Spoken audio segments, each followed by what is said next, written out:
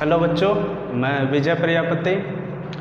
आज मैं आपके लिए एक नई टॉपिक यानी कि प्लांट सेल लाया हूँ। उसका डायग्राम बनाऊँगा, उसके बारे में बताऊँगा कि इस प्लांट सेल में कौन कौन से कोशिकांग मतलब सेल ऑर्गेनेल्स जो कोशिका के अंदर अंग पाए जाते हैं उन्हें कोशिकांग कहते हैं। कौन कौन से कोशिकांग पाए जाते हैं उनका स्ट्रक्चर देखेंगे हम लोग। प्लांट सेल में कैसे वो व्यवस्थित होते हैं, ये सभी चीज़ें देखेंगे इस लेक्चर में। इससे पहले मैंने कोशिका का 2 वीडियो अपलोड कर चुका हूँ। एक में कोशिका सिद्धांत, कोशिका के प्रकार के बारे में बताया हूँ, और एक में जो है पिछले लेक्चर में मैंने बैक्टीरिया के सेल यानी कि प्रोकैरियोटिक कोशिका के बारे में आपको बताया था।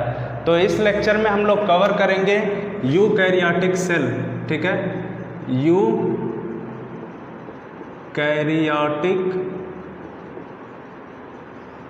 कोशिका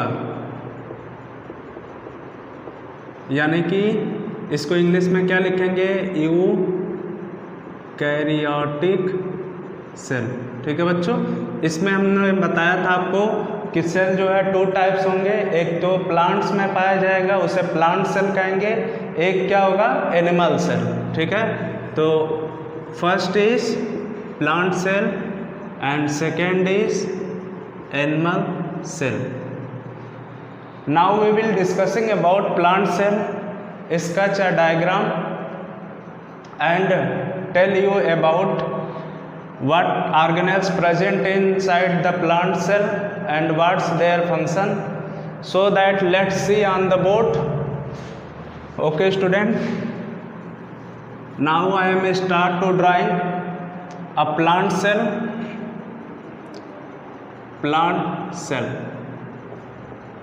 Okay student, in the plant cell how to draw, let's see. The first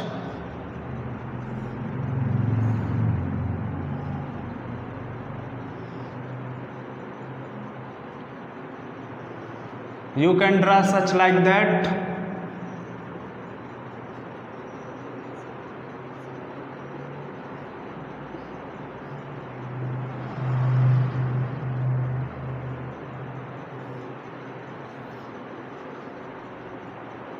Okay student, I am drawing. So let us see how I am drawing. Okay, in this the outermost layer is called cell wall. Okay student, इसमें जो सबसे बाहरी layer होती है plant cell में, ये diagram किसका है, प्लांट सेल का। ठीक है, किसका है, प्लांट सेल का। तो इसमें जो सबसे बाहरी लेयर होती है उसे क्या कहते हैं, प्लांट सेल कहते हैं, सॉरी सेल वॉल कहते हैं। ठीक है, जो कि किसकी बनी होती है, ये बनी होती है सेलुलोज की। ठीक है बच्चों, किसकी बनी होती है, सेल्यूलोज की। ओके, ये जो सेल वॉल है इसके चारों तरफ किनारों पर, इसके बीच में ये जो स्पेस पाया जाता है इसे मिडल लैमेली, ठीक है, मिडल लैमेली कहा जाता है। ठीक है बच्चों, फिर इसके बाद हम लोग देखेंगे ये जो इनर साइड है ये इसे कहते हैं cell membrane. Cell membrane. Okay student, cell membrane, cell wall followed by middle lamella followed by cell membrane. ठीक है, तो अब इसके बाद हमें क्या देखना है, जो कि बेसिक डिफरेंस था प्लांट सेल में, और मैंने प्रोकैरियोटिक और यूकैरियोटिक सेल में आपको डिफरेंस बताया था। आपको याद होगा कि यूकैरियोटिक का मतलब होता है कि इसमें जो न्यूक्लियस होता है, इसका केंद्रक होता है, वो सुव्यवस्थित होता है, सुसंगठित होता है। ठीक है, तो यही जो मेन पहचान है उसको हम लोग सबसे पहले यहाँ पे ड्रा करेंगे। ठीक है बच्चों, तो सबसे पहले हमने इसका क्या बना दिया, ये गोल साइज का न्यूक्लियस। ठीक है,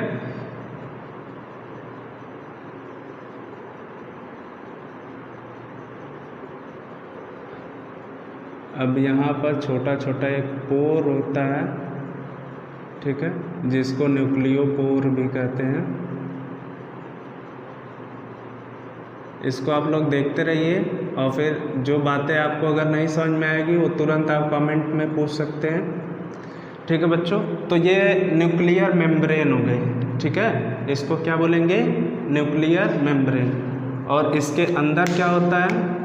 इसका क्रोमैटिन पार्ट होता है, एक डार्क होता है और एक लाइट होता है। ठीक है, इसके अंदर इसका फ्लूइड होता है। अभी सबके बारे में मैं डिटेल में बता रहा हूँ, थोड़ा अभी ड्रा कर लूँ इन सब के बारे में। फिर यहाँ पर ये न्यूक्लियोलस हो गया, फिर यहाँ से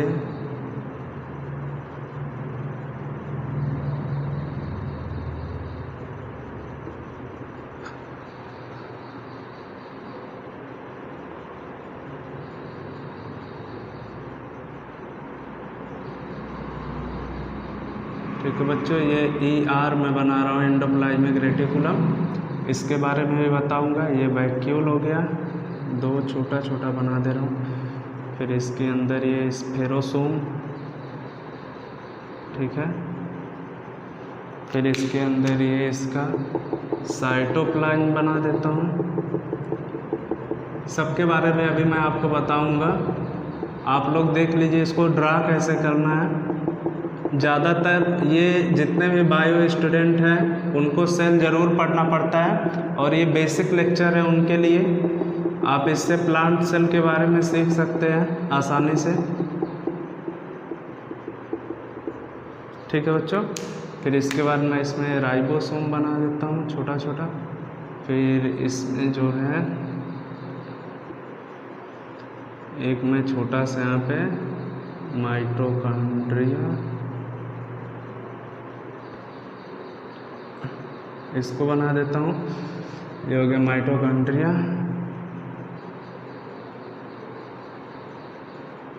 फिर इसके बाद इसमें जो मेन ऑर्गन है इसका वो है क्लोरोफिल।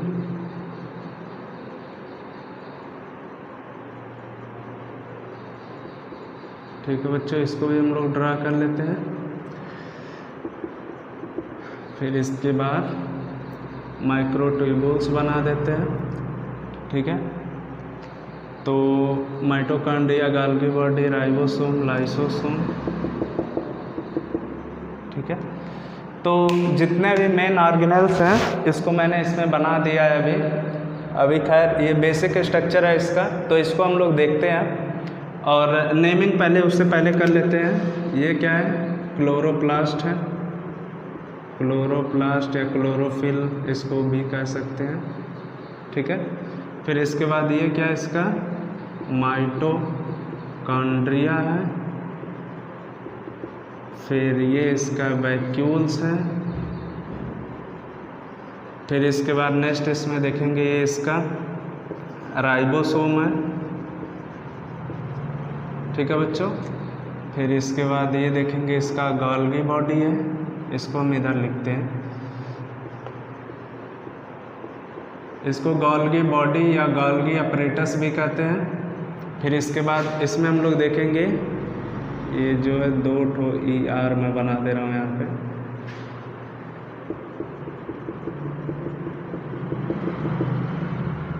ये है एंडोप्लाज्मिक रेटिकुलम, एंडोप्लाज्मिक रेटिकुलम। ठीक है बच्चों, तो इसमें एंडोप्लाज्मिक रेटिकुलम के दो पार्ट होते हैं। एक देखेंगे यहाँ पे स्मूथ होता है और एक इस पे खुरदुरा टाइप में होता है। ठीक है, तो जो स्मूथ होता है उसको क्या बोलते हैं? Smooth endoplasmic reticulum. और ये क्या है? खुरदुरा है, तो इसको क्या बोलेंगे? रफ एंडोप्लाज्मिक रेटिकुलम, यानी कि RER। ठीक है बच्चों, अब देखेंगे इसके अंदर केंद्रक के अंदर क्या क्या चीज़ें पाई जाती हैं। फिर इसमें एक चीज़ और बचा हुआ है, इसको लिख लेते हैं साइटोप्लाज्म। ठीक है, साइटोप्लाज्म। फिर इसके बाद इसमें हम लोग न्यूक्लियस को देखेंगे, तो ये क्या हो गई? Nuclear membrane.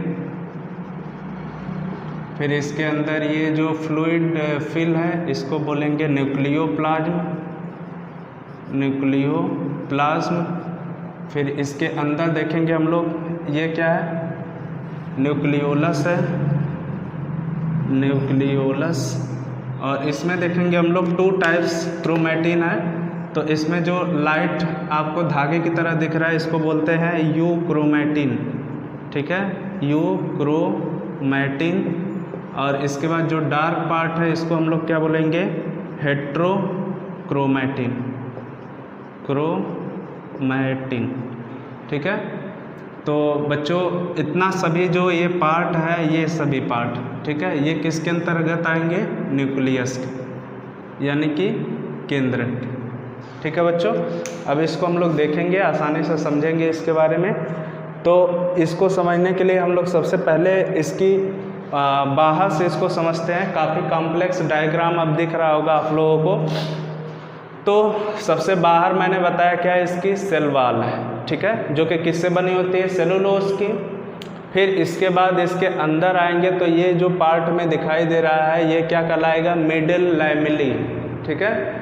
फिर इसके बाद जो इंटरनल पार्ट है जो कि साइटोप्लाज्म, इसमें एक फ्लूइड भरा होता है पूरे में। ये जो ब्लू कलर का पियर हो रहा है नीले रंग का, ये पूरा एक फ्लूइड होता है जिसको क्या कहते हैं, साइटोप्लाज्म। क्या कहते हैं, साइटोप्लाज्म, यानी कि कोशिका द्रव्य।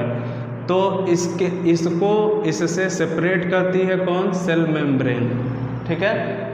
फिर इसके बाद आएंगे देखेंगे यहाँ पे 2 पार्ट्स हो जाएगा। एक तो साइटोप्लाज्म, साइटोप्लाज्म पूरा जगह है, इस कोशिका में हर जगह है। लेकिन ये जो केंद्रक झिल्ली है यानी कि न्यूक्लियर मेम्ब्रेन यहाँ पे दिख रही है आपको, ये क्या करेगी, इस साइटोप्लाज्म और इस न्यूक्लियोप्लाज्म, इसके अंदर जो फ्लूइड है न्यूक्लियस के और इसके बाहर जो फ्लूइड है, इनको अलग कर देती है कौन, ये न्यूक्लियर मेम्ब्रेन, ठीक है।